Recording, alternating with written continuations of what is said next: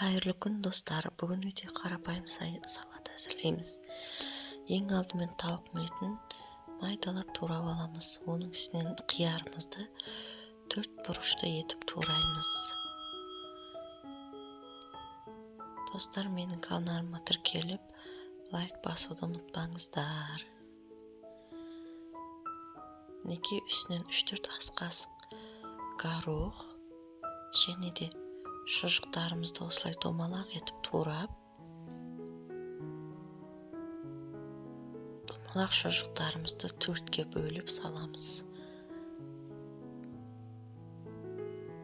Жасалу жолы өте оңай және де қарапайым.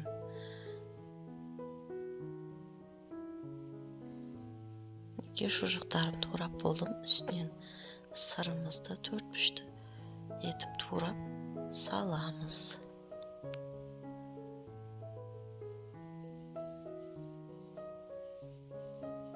Сырымыз дайын болды, үстінен саламыз.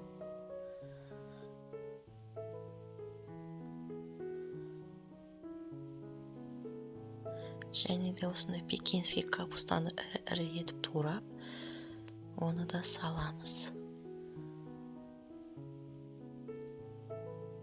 Пекинский капустаның тек жұмсақ жерін ғана турайсыздар.